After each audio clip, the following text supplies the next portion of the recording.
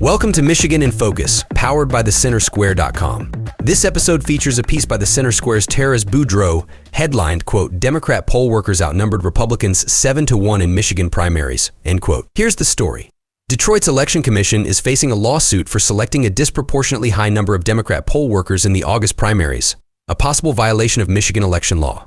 The commission appointed about 2,337 Democrat poll workers and about 310 Republican poll workers, an imbalance of more than 7-1.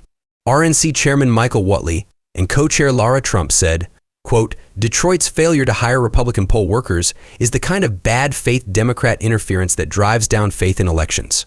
The RNC is bringing suit to remedy this completely unacceptable breach of public trust, and our unprecedented election integrity campaign will continue to fight in Michigan and nationwide to protect the rights of every voter to have fair, accurate, secure, and transparent elections," end quote.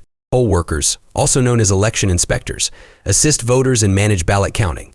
They also identify and report any irregularities or issues that arise during the election process. The state's election law requires the Board of Election Commissioners, quote, "shall appoint an equal number, as nearly as possible, of election inspectors in each election precinct from each major political party," end quote, to help ensure election transparency and fairness. The imbalance resulted in 35 voting precincts having roughly equal party representation, and quote, 200 of the 335 precincts failing to have even a single Republican election inspector, despite the fact that qualified Republicans applied or were identified but were not pursued or selected, end quote, according to the suit. Besides Republican citizens who had individually applied, the RNC had provided a list in May of 676 poll worker candidates. The city hired 52. The lawsuit demands the city appoint more Republican poll workers for balanced party representation in the upcoming November general election.